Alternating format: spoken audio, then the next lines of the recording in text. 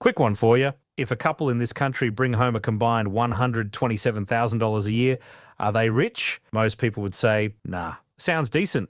Comfortable maybe if the mortgage isn't doing damage. Definitely not rich. Here's the problem with that answer. That couple isn't just doing all right. They're sitting bang in the middle of every household income in Australia, dead centre. Half the country earns more than that. Half earns less, which means decent, not rich, is already better off than 50% of the nation. And that's the trick your brain is playing on you. Almost nobody in this country feels wealthy. But a genuinely surprising number of you are, and you have absolutely no idea. Not because you're dense, it's because the way we measure rich in our heads is broken. We compare ourselves sideways against our mates, our workmates, that bloke from the group chat who just picked up a boat at the marina, instead of looking at the actual numbers. So today we're doing this properly. Real data, the ABS, the ATO, the Reserve Bank, the Grattan Institute, and a fresh global wealth report from UBS. By the end of this video, you'll know objectively exactly where you stand. And I reckon the answer surprises you. Let's start with what Aussies actually take home, because almost everyone gets this wrong. The most recent tax data. The ATO's sample file, run through the Grattan Institute and adjusted to today's dollars, puts the typical individual income in Australia at $66,000 a year. Typical means middle. It's the exact person earning more than half the country and less than the other half. That number includes everyone. Part-timers, retirees living off the pension, uni students doing casual shifts at Woolies. Narrow it down to people working full-time and the picture jumps. The median full-time worker in this country earns around $100,000 a year, straight from the ABS's own earnings survey. But here's where people get tripped up. The average full-time worker earns $113,000, 13 grand higher than the median. Why the gap? Because averages lie. One mining engineer on $280,000 drags the average up, while everyone else's pay packet doesn't move an inch. Zoom out to households, and the gap gets worse. The typical Australian household, what most families actually bring home, is $127,000. The average household is $161,000. That's a $34,000 spread, built entirely on inequality, hiding inside one number. The typical figure is the one that tells you the truth about real life. Remember that one. Now let's climb, because everyone wants to know, where's the line? When are you actually doing well? To crack the top 20% of individual earners, you need about $123,000 a year. So if you're on six figures, you've already left roughly 3 out of every 4 Australians behind you. Sit with that for a second. Top 10%, that's $166,000. Top 5%, $216,000. And the top 1%, the number that makes headlines every budget night, needs about $419,000 in total income. Quick one. Before we keep climbing, drop a comment and tell me which bracket you reckon you just landed in. Doesn't have to be exact, just your gut feel. I read every single one of these. Here's the part nobody tells you though. Those thresholds move depending on your postcode. In WA, thanks to mining and FIFO wages, almost 8 out of every 100 taxpayers earn over $190,000. In Tassie, it's fewer than 3 out of every 100. Same country, completely different goalposts. And here's a stat that should reframe things for you. The top 10% of earners in this country pay roughly half of all personal income tax collected by the ATO. If you're in that bracket, you're not just comfortable. You're carrying a genuinely disproportionate share of the country on your back. But now let's talk about the number that actually matters.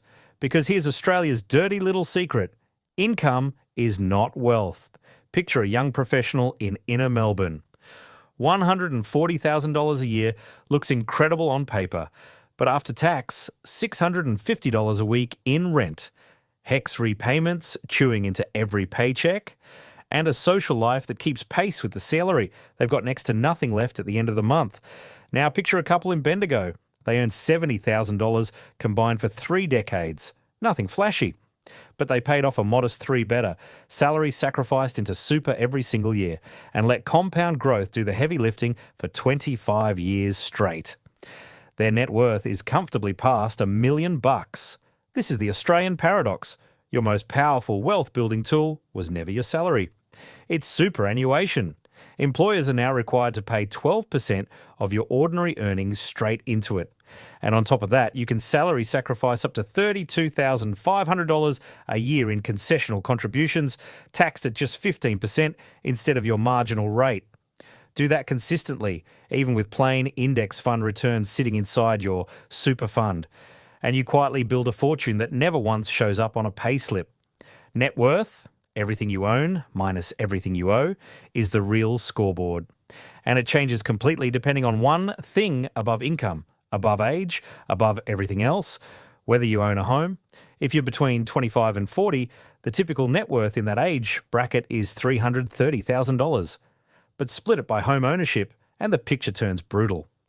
Renters in that bracket sit at essentially zero home equity, not low zero. Owners in the same age group are sitting on equity well past $240,000, often a lot higher. Same generation, same economy, wildly different outcomes. Between 41 and 64, typical net worth climbs to $959,000, with homeowners in that bracket holding around $410,000 in equity alone, before you even count super or savings. By retirement age, typical net worth sits around $1,067,000, with the average pulled even higher by the wealthiest households in the mix. Nationally, superannuation and property make up the overwhelming bulk of household wealth in this country. Get into the property market or quietly compound inside super for 20 plus years and you're wealthy, even if your everyday bank balance doesn't feel like it. Now let's zoom all the way out, because Australians are world-class complainers about money. And by global standards, that complaining is almost absurd. According to UBS's newest Global Wealth Report, Australia ranks third in the entire world for median wealth per adult, behind only Luxembourg and Belgium. Third. Out of more than 50 economies tracked, average wealth per adult here sits close to $850,000, among the highest on the planet, and around 1.6 million Australians, close to 1 in 12 adults, now hold net assets over $1 million. Here's the number that should stop every Aussie mid-complaint. Globally, more than 40% of the world's adult population, several billion people, hold total wealth under $10,000.